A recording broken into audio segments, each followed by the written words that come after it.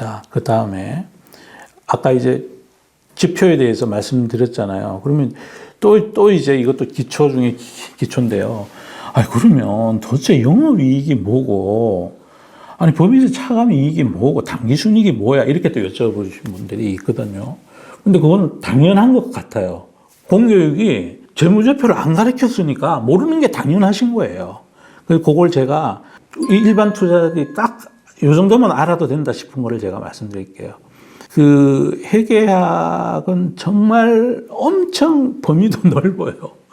원가회계, 관리회계, 재무회계, 그다음 중급회계, 고급회계, 엄청나게 많은 막 갖가지 학설도 많고 여러 가지가 있고 손익계산서를 작성한 기준도 현금 기준이냐, 포괄주의 기준이냐, 비용 수익의 인식 기준도 엄청 다 다른데 어찌 됐든 요 정도만 알아도 투자하시는 데는 그렇게 큰 무리가 없다는 거죠.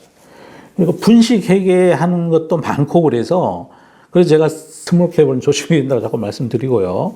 이게 이제 조금 있으면 3월이잖아요. 3월 말 정도까지 분기 보고서를 연간 보고서를 못 내면 거래가 중지돼요. 휴지로 바뀐다니까 일정 기간 동안. 그럼 거기에서 다시 또 공시를 내가지고 이번엔 적정 의견을 받도록 하겠다. 개선 기간을 달라고 그러고 그러잖아요. 그러면 그냥 그런 기업 투자 안 하시면 돼요. 상식적으로 알아야 될 재무제표만 제가 말씀을 드릴게요. 손익계산서는요, 매출액, 그 기업이 판 거에 매출 원가를 빼가지고, 그거를 매출 총이익이라고 그래요. 요걸 GP 마진, 그로스 프라핏 마진이라고 그러고요. 요걸 그 매출 원가를 구할 때는 제조기업인 경우에는 또 제조원가 명세서가 있어요. 그 제조원가 명세서에서 구해진 제품 가격, 그리고 여기에 이제 그냥 유통하는 기업은 이제 어디서 누구한테 사올 거 아니에요? 그런 것들이 여기 매출 원가에 들어가요. 매출액은 다 알고 계셔요. 그래서 매출 총이익이 구해지고, 그런 다음에 매출 총이익에다가 영업에 필요한 비용을 집어넣어요. 그걸 차감을 해. 그럼 이게 이제 영업이익이 되는 거야. 이걸 갖고 사람들이 영업이익 그러는 거예요. 그 영업이익에서 영업외 비용이 있어요. 가령 지급이자, 그러니까 재무적 활동으로 인해서 생기는 비용, 지급 수수료, 외환 관련된 한전 수수료 이런 것들이 여기 영업외 비용이 들어가는 거예요. 그리고 또 외화 한산에서 우리가 달러 자산을 많이 가지고 있는데 갑자기 환율이 내렸어. 그러면 원화로 하면 평가가 줄어야 되잖아요. 그렇죠? 그런 것들이 여기에 영업외 비용에 들어가는 거예요. 영업외 비용이 들어가가지고 요걸 빼면 그걸 경상이익이라고 그러는 거예요. 그러니까 이 회사가 어쨌든 이자를 주는 것도 경상적인 거니까 일반적으로 있는 거니까 요걸 가지고 경상이익이라고 우리가 표현을 하는 거예요. 그럼 영업이익과 경상이익은 무슨 차이가 있느냐? 영업이익은 재무활동 아닌 활동에서 생겨난 비용은 여기 다 들어가는 거야. 예를 들어 강호선전비, 그 다음에 또 직원들 주는 월급. 근데 공장 직원들에게 주는 월급은 매출원가에 들어가고요. 여기 이제 사무직 직원들에 들어가는 인건비는 여기 영업비용에 들어가고. 하여튼 생각하면 막 복잡하고 많은데 하여튼 이렇게 생각하시면 돼요. 그러니까 영업이익은 이 정상적인 영업활동에서 하는 거고, 경상이익은 정상적인 영업활동이 아닌 재무활동에 관련된 비용들이 여기 들어간다라고 생각하시면 돼요. 그리고 그거를 경상이익이라고 그러고요. 그 경상이익에서 특별한 일이 생긴 손익이 있어요. 가령 공장에 불이 났어. 공장에 불이 났는데, 불이 나면 거기 감가상각을 몇 년 동안 다 하고 공장은 현재 남아있는 북 밸류가 10억 정도 되는데 보험금이 한 50억 들어왔어. 그럼 40억이 돈이 생긴 거예요. 그러면 여기 특별 손익에 플러스 40억 이렇게 되는 거예요. 그렇게 해서 그거까지 더하면 이제 보험만 있는 게 아니고 여기 또 특별 손익에 누군가가 정말 우리 기업을 막 엄청 좋아하시는 분이 갑자기 돈을 줬어. 기부금을. 이걸 갖고 사업 잘해서 그것도 여기 들어간다 이거죠. 그건 경상적인 게 아니라 아주 특별한 이벤트로 온오프로 생기는 거다. 그런 특별 손익을 가감하면 경상에서 그걸 빼면 법인세 차감전 이익이 되는 거예요. 여기에서 법인세를 내면 이제 당기순이익이 되는 거야. 그러면 여러분 이런 구조라면 기업의 당기순이익보다는 영업이익이 훨씬 그 해에 그 기업의 업의 경쟁력을 판단할 수 있는 거겠죠. 그 다음에 에비타로 봐야 된다는 논리는 이거예요. 그러니까 영업활동 말고 재무활동에 들어간 비용 중에 이자는 영업이익에 더해줘야 된다. 그리고 영업활동이 아닌 법인세에 관련된 것도 영업이익에 더해줘야 된다. 그래야 이 회사의 어닝의 창출력을 볼 수 있다. 라는 게 2부의 에비타 브레이션. PER과 똑같습니다. 다만 더 실체적 진실에 가깝게 가기 위해서 보완해 준 거다라는 말씀을 드립니다. 감가상각비는 매출 총이익에서 빼기 한 영업비용 있죠. 네. 거기에 감가상각비가 들어가 있어. 그러니 영업이익이 적게 표현되어 있을 거 아닙니까? 공장의 감가상각비는 위에 매출 원가 할 때 제조 원가에 그게 들어가 있어요. 제조 원가 명세서에 감가상각비가 차감 항목으로 들어가 있단 말이야, 이미. 매출 총이익에도 영향을 미치고 있는 거예요. 그 다음에 공장만 있는 게 아니고 그 회사가 그 공장을 운영하기 위해서 관리직 사원들이 또 사무실을 어떤 건물을 지었다 쳐요. 그럼 거기에 관리직 사원들이 오퍼레이팅 하는데 들어가는 그 건물의 감가상각비는 요 밑에 영업 비용에 들어가 있는 거야. 그러니까 그거는 더해주자 이거다. 왜 그걸 빼냐? 이 논리인 거죠. 신사업이 계속 진행되고 설비 투자를 계속 늘리는 가령 에코프로 같은 그룹에는 지금 계속 큰 텀에서 느리잖아요. 작년에 뭐 5만 몇천 톤 생산하다 올해 18,000톤 하고 그 다음에는 20 몇만 톤, 2027년에 71만 톤 하면 해마다 재무활동을 통해서 돈을 조달해서 조달한 돈에 이자가 나가거나 아니면 뭐 예금할 이익잉여금이 그 투자에 계속 들어가겠죠. 투자에 들어가면 공장 설비가 늘어나면 늘어날수록 그건 또 특히 건전하게 장기적으로 경영하시려는 분은 감가상각을 하는 방법도 두 가지가 있어요. 크게 해서. 해마다 정액을 하는 게 있고, 정액을 하는 것도 5년 하는 것도 있고, 근데 고정자산인데 땅은 감가상각을 안 합니다. 건물만 합니다. 건물하고 기계장치. 그리고 기계장치를 하는데 이 기계장치 수명이 가령 한 20년을 쓸 수 있을 것 같아. 그런데, 나 재무구조를 튼튼하게 할래. 이런 분은 5년 만에 그냥 다 치고 싸고 가자. 이런 경우가 있다는 거죠. 그러면 훌륭한 기업일수록 빨리 비용 처리를 하고 끝내버리고 싶어 해요. 그런데 훌륭하지 못한 기업일수록 그걸 오랫동안 하려고 그러고 또 자산으로 처리하려고 그래요. 이연자산 뭐 이렇게 해서. 그러면 얘기가 너무 복잡해지니까 신규 사업이 계속해서 이어지는 설비 투자가 진행되는 기업은 PER로 보면 비싸 보여요. 비싸 보이는데 EV 에비타로 보면 안 비싸 보이고 그걸 또 보완하기 위해서 PEG로 또 평가해 보면 다 1m로 가는 경우가 많아요.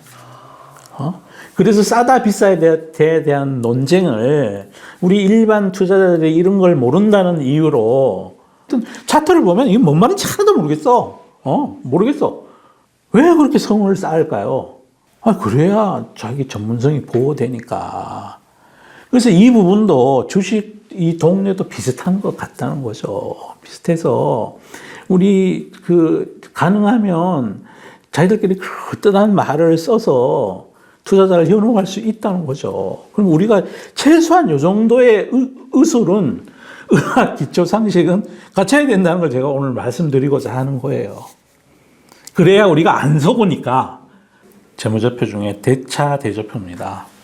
아까 손익계산서는 어떤 특정한 한 회계연도 동안에 그 회사가 벌어들인 돈을 측정하는 거예요. 그러니까 보통은 12월 결산법인이니까 1월 1일부터 그해 12월 말일까지 이 회사가 벌은 돈, 쓴 돈, 그 쓴 돈을 영업활동, 비영업활동, 재무활동 그런 데 들어간 비용들 구분해서 이해하기 쉽게 만들어 놓은 표가 손익계산서예요. 일정 기간 동안. 근데 이 재무제표 중에 대차 대조표는 이 회사가 창업한 이래 지금까지 총 누적해서 번 돈, 쓴 돈 다 해서 최종적으로 올해 말 우리 집에 재산이 얼마가 있나, 빚이 얼마고 자산이 얼마고 최종적으로 내 순자산이 얼마지? 그걸 기록해 놓은 장부가 데이터 제조법입니다. 이거는 그냥 너무 쉬워요. 심플해. 자산이 있고 부채를 빼고 그럼 여기 순자산이 남아. 그러니까 자산의 총 합계와 부채와 자기 자본의 합계는 같습니다. 총 자산에서 부채를 빼고 남는 게 자기 자산이고. 그래서 아까 PBR 계산할 때 요 순자산을 발행주식수로 나눈 거예요. 그런데 아까 손익계산서도 그러고 이 대차절표도 그러고 큰 기업들 거는 믿어도 돼요. 이게 실제 그 회계 기준, 기업회계 기준이나 우리가 연결 재무제표 회계 기준이나 혹은 또 회계 관련된 거에 이게 1 더하기 1이 안 되는 게 너무 많이 있어요.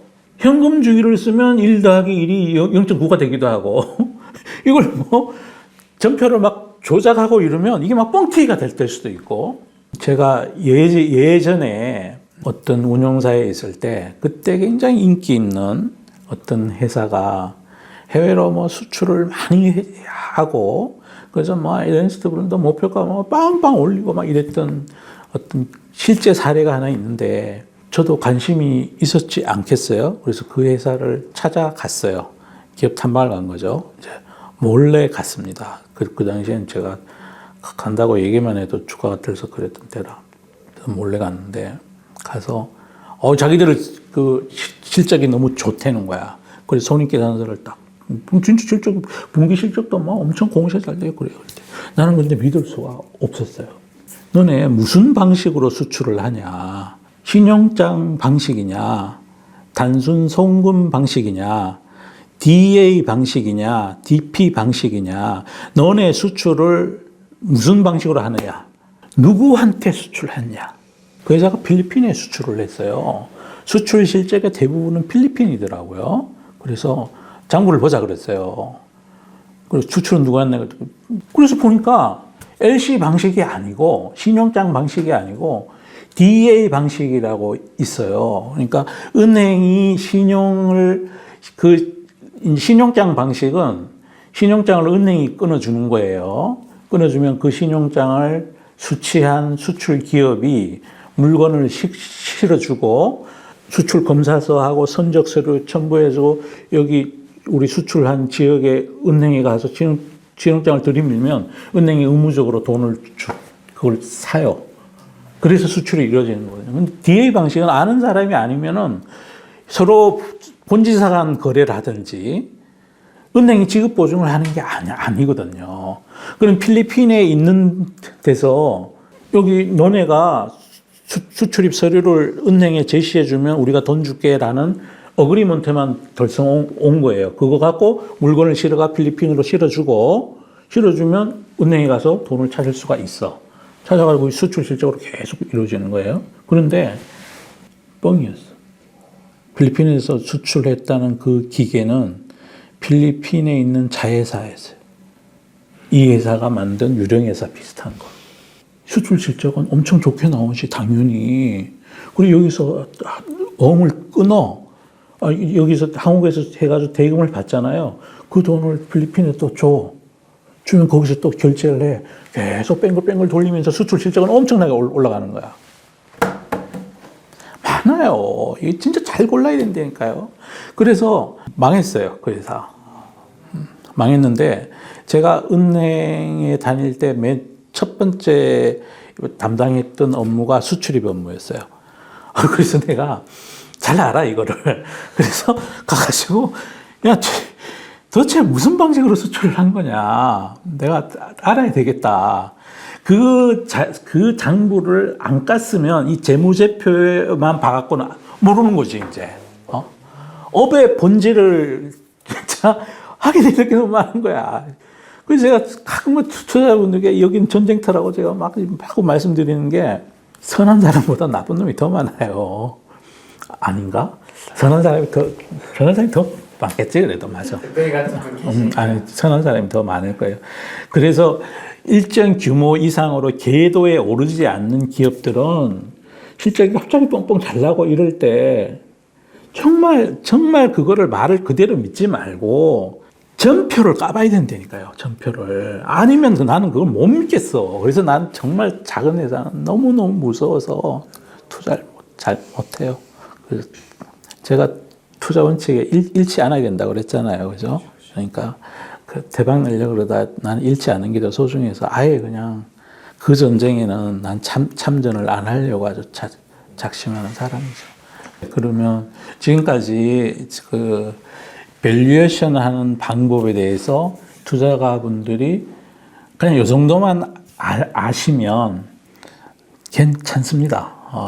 어떤 사람의 얘기랑도 논쟁에서 싸울 수 있고, 가령 뭐 어디 그 친구를 만나서도 얘기할 때, 야, 너 EV 에비타 알아? 너 PEG 뭔지 알아? 그 뭐 누가 뭐 이 주식 비싸요 막 어떤 증권사 애널리스트가 뭐 얘는 뭐 PER이 뭐 30배고 뭐 20배고 그러면 그래? 그래? 내가 보니까 이 회사 원래 50% 성장할 것 같아. 그럼 PEG가 1 미만이네? 와, 이거 싼 거지. 그래, 니는 그렇게 얘기해라. 난 싸게 사서 좋네? 그렇게 사면 된대. 그래서 꼭 이 부분에 대해서는 여러분들께서 아셨으면 좋겠어요. 이게 무기를 갖추는 거예요. 기초 무기를. 지금까지 밸류에이션에 대해서 말씀드렸습니다.